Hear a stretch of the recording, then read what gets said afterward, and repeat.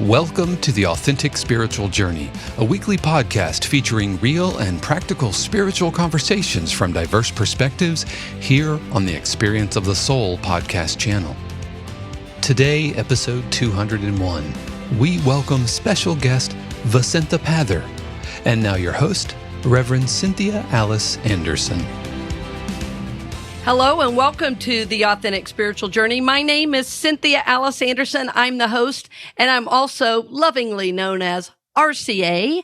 So happy to be in the studio this morning with two friends. And first, my producer. Hello, everybody. This is Dave Croft. Thank you so much for joining us for today's episode of The Authentic Spiritual Journey. As always, I hope you had an amazing weekend and are ready for a fantastic week. Yeah, we're happy to be the ones that start your week off right and good and positive and well. We hope to be the part of your week that is healing, that is bringing some new thoughts perhaps about your current situation as well. So we are in the studio today with a dear friend all the way from South Africa, our dear friend Vasintha Pather. And Vasintha, welcome to the show.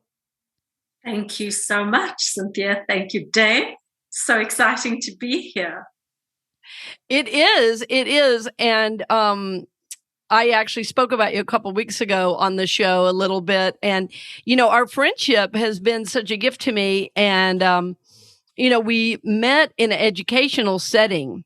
And I learned years ago that whatever that threshold meeting is can be very telling about the nature of the relationship you're going to have with that person. And that has been true with us, that our connection has been one of a learning, of education, of inspiration, and even sometimes a little bit of a intellectual challenge. And I find that exciting. And it's one of the reasons I wanted to have you on the show. As you know, I have a deep love for South Africa. And when we first spoke, it was like, oh, you're from South Africa? I love you already. I don't know anything about you. And then I got to know you and your work. And I can't say enough about the good you're doing. So I'm really, really glad you're on the show today. Dave, you know, just for our listeners, and of course, Vasintha, we want to hear from you and we want to get to know you. But I really thought it would be great for our listeners just to hear a little bit about you first, if you don't mind. Yeah, absolutely. As a registered drama therapist in South Africa, Vasintha has a private practice specializing in psychodramatic, somatic, and narrative-based approaches in strengthening mental and emotional health. She has a special interest in working with organizational leaders and in working with clients to integrate traumatic memories and experiences, particularly where there are indications of developmental or early attachment trauma. She is also an organizational development specialist focused on supporting leaders and teams internationally to craft cultures that promote health, innovation, and inclusion. And she calls Johannesburg home. All right. Wow. Thank you. I'm blushing. Right. It's like, that's really all about you, isn't it? I love it. I love it. Well, Vasintha, you know, when we've talked, it's been so important to me to know how healing your work is, but also how that intersects with your spiritual journey. So, you know, tell us a little bit about how you got to where you are right now. And I'm especially interested in hearing about the somatic therapeutic practices and somatic. I think it's also called at times somatic experiential therapy, right? It's new to me, that term. And I wanted to hear a little bit about it because I think it might be a wonderful integration of various therapies. So educate us on that a little bit, if you don't mind. Thank you. I'm going to try. But what I'm also really appreciative of, which is a thread that's been really strong in our friendship, which I also really appreciate, is that we often find ourselves in spaces and with people and being guided versus thinking we're leading ourselves into particular places, right? And in particular spaces. And so I think that's a big part of how I got to where I got, how I am right here, right now, with the three of us. So often it is very much an experience of my own life of being guided. I think the first thing perhaps about what interests me and why I play in both spaces, perhaps, that you've named. I think in a South African context, firstly, trauma is present all the time. Yes. And it's something that we often forget. I think in a global context, we're all much, much more aware now of what trauma actually means, how present it is, how much we are living with it, how much we're needing to adapt to it all the time. And in fact, doesn't belong, it is no longer restricted to the remit of a therapeutic encounter in a therapeutic space. Exactly. It does require a specific kind of skill in holding and in working with what traumatic symptoms, traumatic memories, etc., present, or the impact thereof. So that's a lot in terms of the understanding around trauma. Me specifically, my own personal background, lots of trauma dynamics. I grew up in South Africa as a brown woman during apartheid South Africa. That meant that because of racial discrimination, I was excluded as a result of the then political regime. And so what that did in terms of my own development was significant. It had significant impact. And so I'm ever so grateful that there was always something that I'm really sure ongoingly every day that was guiding me and leading me. And often I felt myself responding to what was being presented. And then 50 years later, kind of go, oh, right, is that what was going on? Now I understand what the connections are. I went into organizational life first, but I've always had a very strong interest in spiritual development and in personal development. And it seemed like when I was at a specific space in my career that this door opened for, maybe I had the mental and emotional capacity then to actually open up into the inquiry of trauma. Perhaps it would have been too hard to go there first because of my own healing that I needed to do, and also being in a societal context where that was very, very prevalent.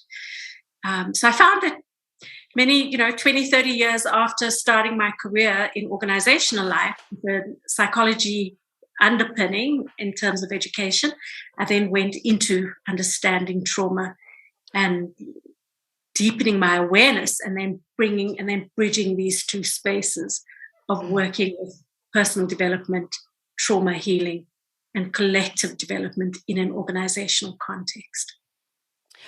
You're right. And it's all about, it's also intimately connected. Like, we always want to say, well, this is a business problem. This is a personal problem. But the fact is, right, the issues in business, in organizations are very often, right, based in the trauma of the people leading them, the family systems they came out of, and such as that, right? So it makes sense that you would be engaged at the level of the collective and the individual, because I know that you did work, or this was my understanding, that you've worked extensively, with leaders of large organizations, right, and helping them. The way I've read it in your work is like healing their culture. Is that, kind of the work culture? Is that true?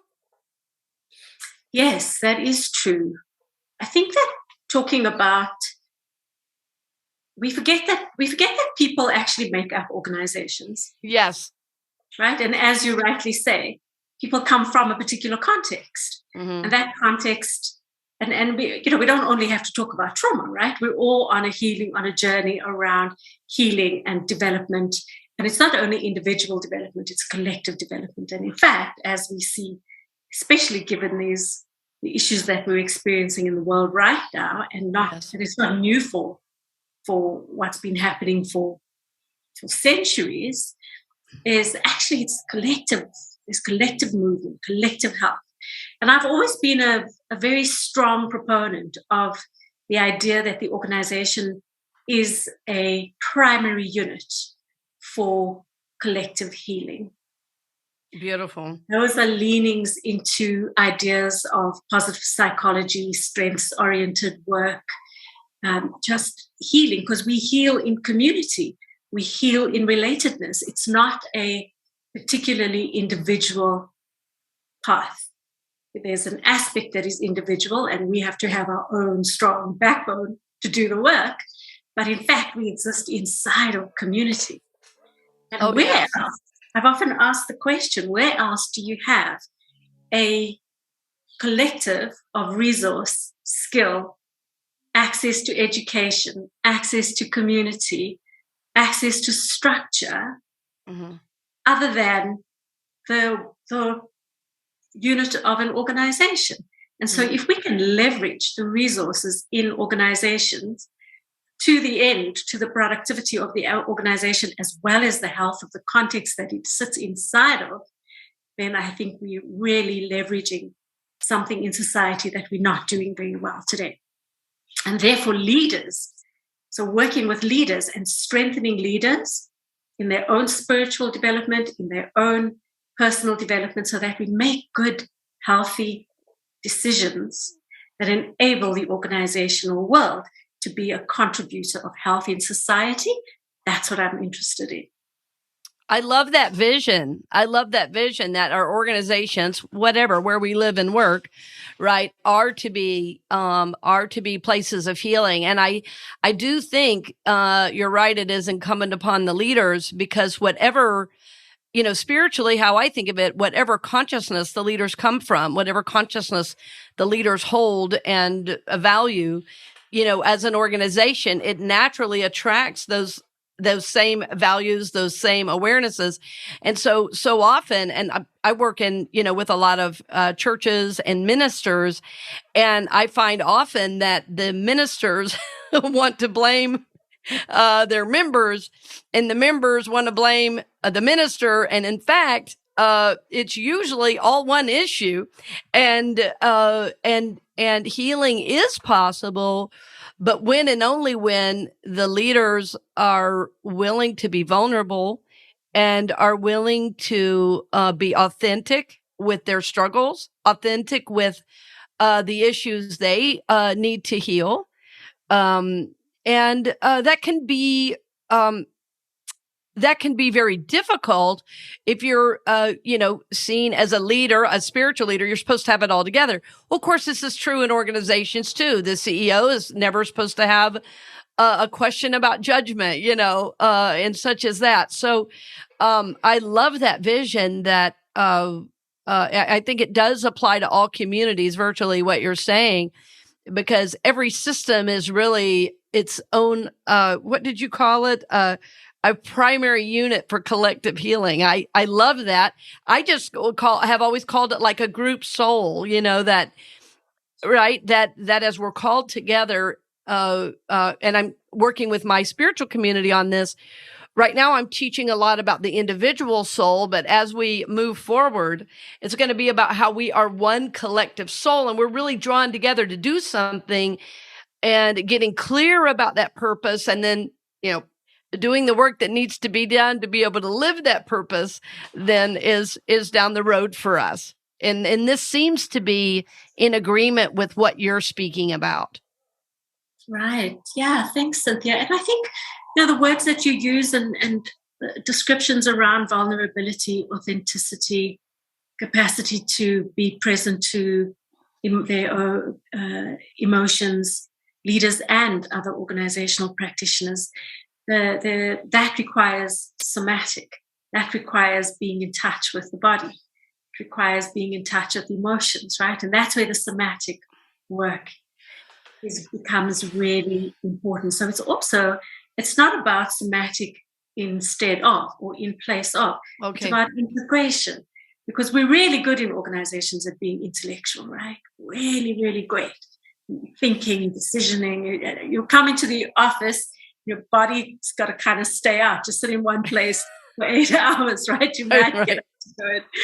But actually, what's really beautiful, what we've got access to now, of course, in the last 10 years, is there's been so much information about the need to be much more embodied in the health and the way in which our cognitive and behavioral resources are intimately connected to our emotional states.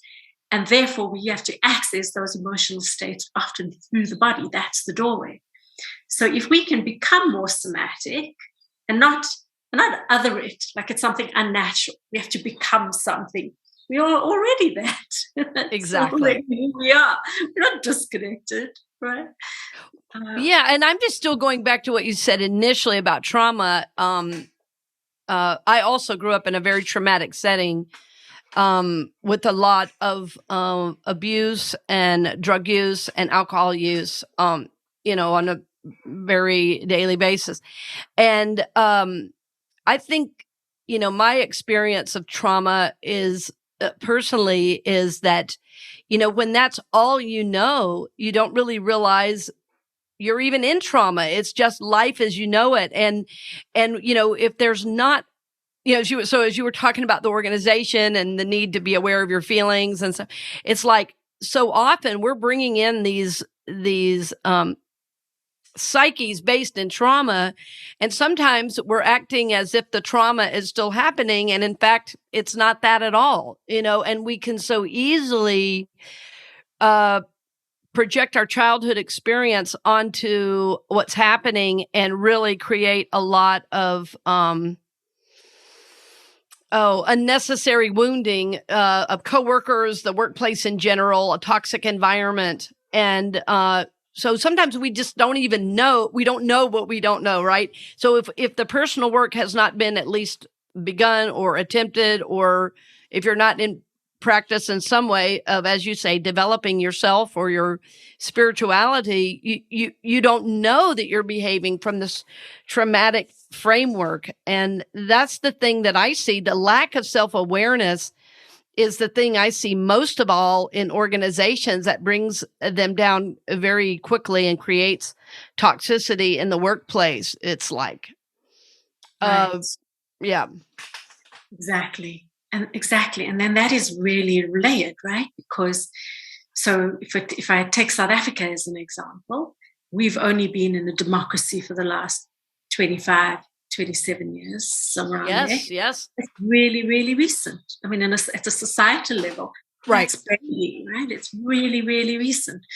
So if we think about the psyche, as you name, and the mindsets that will have generated leadership in organizations and these communities, prior to that, they would have primarily been of a particular set of ideas, attitudes, etc. Things have opened up tremendously, but what we've not done is necessarily created spaces where we can heal those dynamics and or input new dynamics, healthy dynamics in a deliberate way. So it might be happening already. But as you're saying, because, and what we know from trauma healing, there's specific conditions, there's specific behaviors. For example, our speaking, the safety of the environment, the tone of our voices, the social engagement between us, all of this contributes to a level of healing at an unconscious level. So if I'm not aware of the dynamics that are driving me because of my own trauma experiences, I'm going to come in and potentially be threatened by somebody who is very assertive. Assertive does not mean threatening, but because of the unhealed dynamics inside of me, I might respond in a particular way because the environment, I'm just going to respond to the environment as though it's threatening, even if there is no threat. That's just one threat, right? There are many other threats to it. But in a context of social injustice, the question also is, if we talk about self-awareness, who has got access to the resources Yes. to provide that. How many people in this country have got access to go to a therapist and do psychoanalysis and be in environments like that? The privileged, the resource. And I don't think that's untrue for most of our world, right? Right. Society itself and the environment that we exist in needs to be a buffer for our healing. And that is what was happening many, many years ago, before the kinds of injustices that we have today set in. And I say that quite carefully because I think it's also important that we're not idealistic and think that life is always going to be this, it's going to reach this like perfection. There's no such thing, right? We're humans. There's always going to be another wave of something. But I do believe that our capacity for healing each other, that we have that capacity already because that is who we are. And if we can strengthen those capacities and strengthen the environments that enable that, then we stand a better chance of building healthier societies, as opposed to holding on to the belief system and the requirement that people have to go into therapy all the time in order to heal and resolve there's a need for that, sure, but there's also a need to build healthy society where we can help each other just by behavior, not necessarily because I'm here to come and help you. No, just to be a better human, right? Hopefully. Yes, exactly right. And I'm actually feeling like, as you say all this, I want to take a minute to take this in, and I want to go ahead and take a break, and I want to talk more about, your personal journey as we come back. But I think this gives our listeners a lot to consider, and I just want to leave our listeners with the thought that, in the Western mind, everything is so cerebral. And you and I have spoken of this many times personally. And I love the idea that as we develop in our awareness, that there is a balance of that, but there's also an embodiment, that is so needed, and then a living into some of the learning and as you say, a shift in behavior. One of my mentors said to me, you're not responsible for what you think and feel, but for what you do and say. So your behaviors must change to heal yourself and the world. And so with that, we'll take a little break and we'll be right back after these messages. Hello, friend, and thank you for listening to the podcast. I'm so grateful you are listening, and I want to invite you into one more thing. I always get super excited to teach this course. It's called Dream Big, Live Big Basics. This is the first course in a series of courses based on the Dream Big, Live Big idea. This course will help you grow, prosper, and evolve because you're going to learn how to tap into source, in other words, tap into spirit in you, and listen to your own heart and soul for what dreams you still want to dream and what realities you still want to manifest. So the group will have peer support, you will have accountability, and a lot of love as you seek to know what are those dreams and goals you still want to manifest. There are already people registered for the course, and it starts Monday, May 2nd. So to register, just go to CynthiaAliceAnderson.com and hit book now. So Dream Big, Live Big Basics starts Monday, May 2nd at 7 p.m. For more information and to register, go to CynthiaAliceAnderson.com. Blessings on the journey, dear friend, and I hope to see you soon. Welcome back. We're glad you're with us for episode, Dave, did I hear you right that you said 201? 201 last week. Last Monday was our 200th episode, and so thankful for all of our supporters and those who came out to our live recording. That was cool. And that was really a good way to give back to those who have been with us along the journey, providing their not just their moral support and prayer support, but really actual real life money, financial support to help keep the show on the air. Yeah, that real life money pays the bills, friends, and we're grateful for it. Yeah, hosting providers, they don't take thoughts and prayers. They don't take potato salad as No, a they gift. don't. They want to be paid. Well, and what's so amazing, because this is my online ministry, and Dave has always been an important part of my online ministry, and I depend on him and rely on him, and we're in this together. He always says, "Well, I'm just the producer." But we all know there's no just about that the production, because he does it with a very specific energy and passion and consciousness of excellence and support for me that shines through. And so, friends, we are grateful for that financial support, and also want to lift you up for that. And having our friend Vasintha Pather here today, has reminded me of something. And Vasintha, I don't think I said this to you exactly when we spoke, but I alluded to it, which is, we do have a global reach. I meant to check before the show. We know we're in over 80 countries. I would guess now over 90. We're just delighted that people around the world are connecting with what we're saying, and that they're following it and they're understanding it, and their paths are getting touched, and they're helping others, as they get illumined in their, in their thoughts. And we know lives are being impacted in a very positive way. Sometimes we get constructive criticism, and we receive that too. But what I think is so significant in show 201 is that you are part of our global reach, and that I know you are going to help us reach people that probably would never have heard the show. So we're grateful to you and honor you for that. And I know you, your consciousness, the way you approach life, is from a global perspective, and it's another reason I wanted to have you on the show.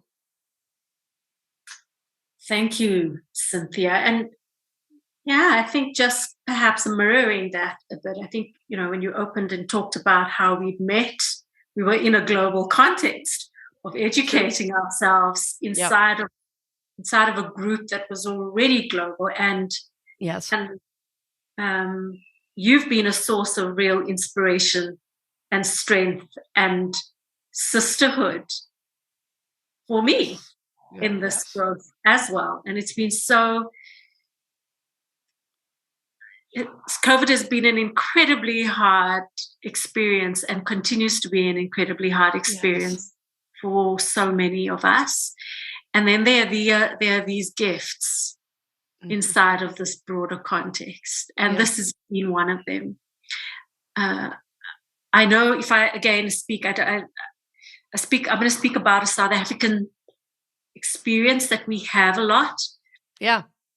Even inside, one of the things that this global context gives us, I believe, and I've been very fortunate in my life in that I've often, for my whole career, my 30-year career, most of my work has been in a global international context. Yes. So I've always been connected with people from other countries, other cultures, and learning ongoingly. I've had the opportunity to live in other countries, and it's given me an incredible source of connectedness and understanding and connection and empathy and humility in terms of our humanity, just who we are as humans. Yes. In the South African context, what we have at the moment is a very, very difficult aspect of our society, and is residue of the post-apartheid era, is I'm sure many people have read about the xenophobic violence that we often experience in our country.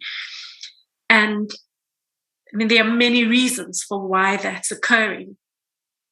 And I often have felt when I've traveled abroad, especially in other African contexts, is that if our youth had the opportunity to see how other people live and experience life, and the difficulties that other people in countries that experience some of the issues that we experience, they saw that. It changes how we show up. It changes how we feel about each other. Then we see each other as humans. And we don't see each other as others, as enemies. So I hope Yeah, I have a dream for our youth in this country, is that they've lost so much, and there's youth as in people of the age, the youth, but then there's also a younger me and a younger you that has lost and missed out on a lot. Oh, And yes. that aspect, to have access to what we've got today, is a gift when we have got the resource for it. And again, I'm talking about collective. And I don't know if you know the researcher Lev, I think his name is Vygotsky. His name is Lev Vygotsky. He's not around any longer. He was a Russian psychologist. His work was banned for many years. And it's only, I think, in the last few decades that his work has been introduced into the world. And it's actually a lot of his work is applied in educational psychology, in education, in teacher training, etc. One of the things Vygotsky talked about was he used the notion of scaffolding. Is in community and in context, in social context, one of the primary ways in which we learn and develop and support each other is the notion of mutuality, right? So that there's mutual support, mutual connection, mutual learning, mutual values. And he used the notion or the metaphor of scaffolding around thinking about development, is that when we build scaffolding, because some of us have got more experience in some areas, some of us have got more knowledge, more support in certain areas, and when we bring those together in a social context, we create scaffolding that helps those that have less experience in those areas, which would include us in certain fields, that we develop a stronger mutuality because we create social scaffolding.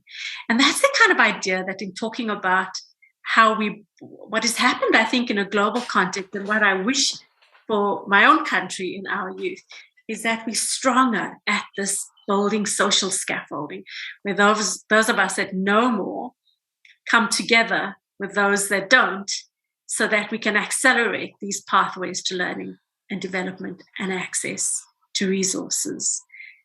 And I think part of how you and I have met was in that kind of context. And I think in a global context, what we do, talking about the community that the contribution that you and Dave are making, and that your church, the kind of community, this is global scaffolding, right, around spiritual development. And it's the platform might be different or not, because you're right, in the last 2 years, we're all suddenly Zooming, right? Suddenly we're all Zooming, yes. Right. And there's this acceleration of information and knowledge and development, which, if stewarded in a healthy way, it's got extraordinary possibility for us. Yes, it's so true. And I want to go back to something you said at the very beginning of this half, when you were talking about traveling to or the opportunity if our youth could travel. And I wanted to share a little bit of a story from my childhood, because when I was 15, I should have known the story was coming, because before we ever got on the air, Dave mentioned ham radio, which I have not heard anybody say for 20 years, at least. But I was fortunate enough to go with a group to Brazil, and we were in the interior. There was a little town called Itabadaba, and there were there was no plumbing. There were no roads to speak of. The one traffic light in what they were calling the city didn't work. And armed guards were outside the bank with machine guns, in the town. And I went to help a pilot who took supplies to people, kind of in the interior there. And I was only 15 and was even able to drive in the country, which was another experience all on its own. That's a whole show of its own, telling the stories of driving. It gave me such a different worldview. And I did not grow up with a lot. I was the youngest of 9 children. And, we lived in a small town in Georgia. So by no means did we have a lot. of money, but I'd never seen people living in homes made of sticks and found items. I had never seen no plumbing at all anywhere. Even though we grew in our family, we grew up with little plumbing. At the beginning, we built our home and were able to add plumbing and everything. But that whole villages, whole communities would be living this way was unknown to me virtually. Even though I was educated and even though I had what would be termed a good quote unquote education, I was not aware of the world in that way. And it completely changed my worldview. And I remember coming back because I went with a small group of friends and I learned a little bit of Portuguese to share when we were in community. But one of the friends that went with me, a young man, he was 1 year younger than me. And he came over to my house one day and I said, we had, been back from this Brazil trip for not even a week. And he said, I just got to come over, and he came over and I said, are you okay? And he goes, what are we doing? He said, like, what is life when all that is going on and none of us are even aware of it? He said, I feel like I'm sitting here doing nothing and I could be helping. And so, it was just, I said, I feel exactly the same. And it changed us so fundamentally, this trip. I think it literally changed the course of my life because of this desire, this understanding that much suffering. Yeah.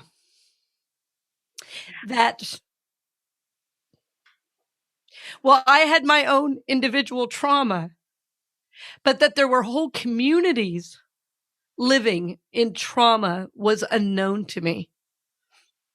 And I think it's what had spurred me toward my own awareness, my own desire to wake up and then kind of help us all do the same and bringing in the global context. So I thank you for mentioning that so that I could have that memory and that awareness. And the reason I mentioned the ham radio is when we were gone for that 2 weeks, the way we called home was ham radio. And so our parents had to all gather in this like little place and we would all, take turns talking on ham radio. And of course, nowadays that would not happen. But there is a whole world. And of course, Vasintha, what's so interesting here in the States is that many people believe, this only happens in other countries. The truth is it's happening on Indian reservations all around the United States and in North America for that matter. So it is not only globally, it is in our own backyard and we are largely unaware as well. I wanted to say. And in our inner cities for that matter. Yeah. Yeah. Thank you. Thank you for your candor and for sharing your experience. It touches me. And perhaps that's part of why you and I feel so connected. Yes. And my interest, talking about collective, I've been a facilitator for over 30 years. I've always been, worked with groups. And you and I were talking about this the other evening, something that I'm really reclaiming, especially as part of my own history in South Africa. I come from Indian heritage, Hindu heritage, mm-hmm. and that was violated in a South African apartheid context and in a global context where Western ideology is the dominant ideology, the dominant narrative. And if you were aligned with a more Western narrative and dominant narrative, that was right? Then I was right. Wasn't wrong. That's the other reason that if it came from anything else, especially if it was first peoples in the context, or First Nations in the context of Eastern and African, and as you point out in Native American traditions, First Nation, now all of that was marginalized. All of that was marginalized. And what we find today is, of course, we're coming back to the wisdom of those traditions and the wisdom of those teachings. And we're starting to really scientifically, and perhaps that was the pathway also, who am I to decide what life's path should be? There's a bigger path that we have to lean into, and I have to trust. But what quantum physics, for example, is showing us now is that what was taught in those traditions and those paths is exactly true. Yes. Exactly. We're just confirming what had been taught 5, 6, 10,000 years ago. So part of my own personal journey with my own spirituality and my own growth has really in the last few years been a deep reclamation of my own heritage and an integration with what I've learned through other contexts. So not to throw out what is right about a Northwestern ideology, and I'm going to name it that. I know it's quite limiting and limited, but to integrate that with reclaiming what is my own heritage. And what's really powerful for me, and what I think part of our work is, which I believe in all spiritual traditions, is the teaching, is actually access to health, well-being, universal resource. And I'm not using that language in a limited sense of material wealth, even though that's part of it, is available to all of us. Hindu scriptures and teachings talks about, we walk around like beggars, and if only we knew what was underneath the rags, we would be staggered. Yeah, that we are walking around as beggars, but actually underneath it, we're like sparkling jewels walking around, right? We have access to that, but we are inside of a mindset that restricts us from believing that is who we are. We're not separate from nature. We're not separate from universal truth. And so part of the work for me and the work that I do, which has been a deep part of my own journey and continues to be, because also coming from a very deep, lots of trauma, is that I've had to and continue to find pathways for my own spontaneity and my own belief system to expand into, actually, this is all available to me just because I exist. Absolutely. Yes.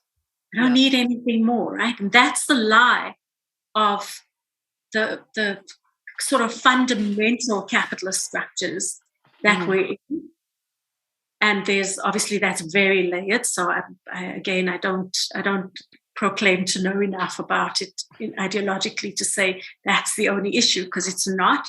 But in a very kind of mindset of productivity, maybe that's the better word, is in a mindset, a predominant mindset of productivity, we believe that that's the only way to generate well-being. It's not. It's absolutely not. And that is, I think we're at a crossroads where we all really have to reclaim the awareness and the belief and the trust in our own capacity to be well and our capacity to contribute to healing the world, because here's where we are right now. I was listening to I think it was Sister Jenna, the podcast, and talking about Kali Yuga and the end of this Iron Age into the Golden Age, which is what the Hindu scriptures talk about. And this entering into this age, in our minds, we have to enter into that age. There's not something happening out there necessarily. Right. It's in us. We have to enter into the golden age of our minds and our beings by aligning our spirituality, our mental state, our emotional state, our behavioral. When that congruence is in place, and it's not a destination, it's an ongoing journey. Of course. then I think we generate more health in the environment around us. One of the beautiful, I don't know why these wisdoms, I get sad when I think these wisdoms are so, we can touch them, they're right here, and somehow our own internal collective restrictions prevent us from doing so.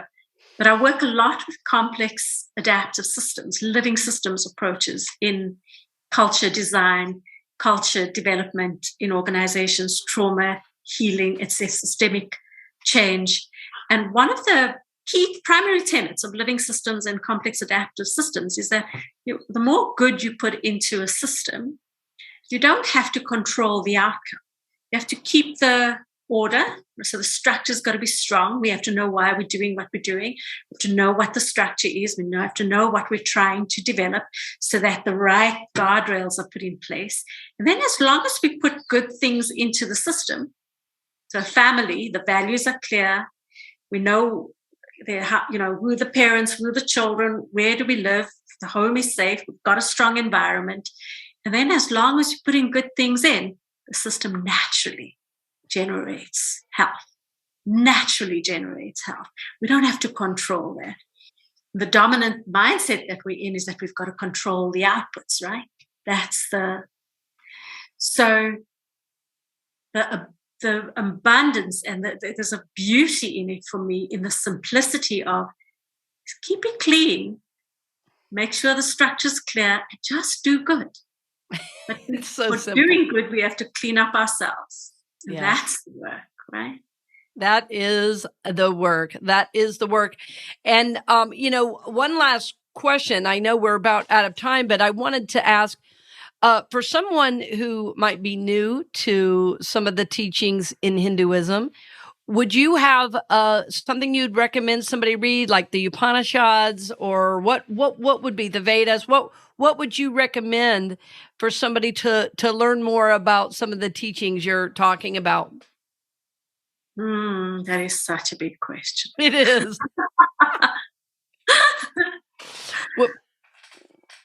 Well, my sense is that here's an interesting thing that I've had to manage inside of myself in the last few years, is that the wisdoms and tenets of Hinduism and Hindu philosophy has actually been integrated into most things.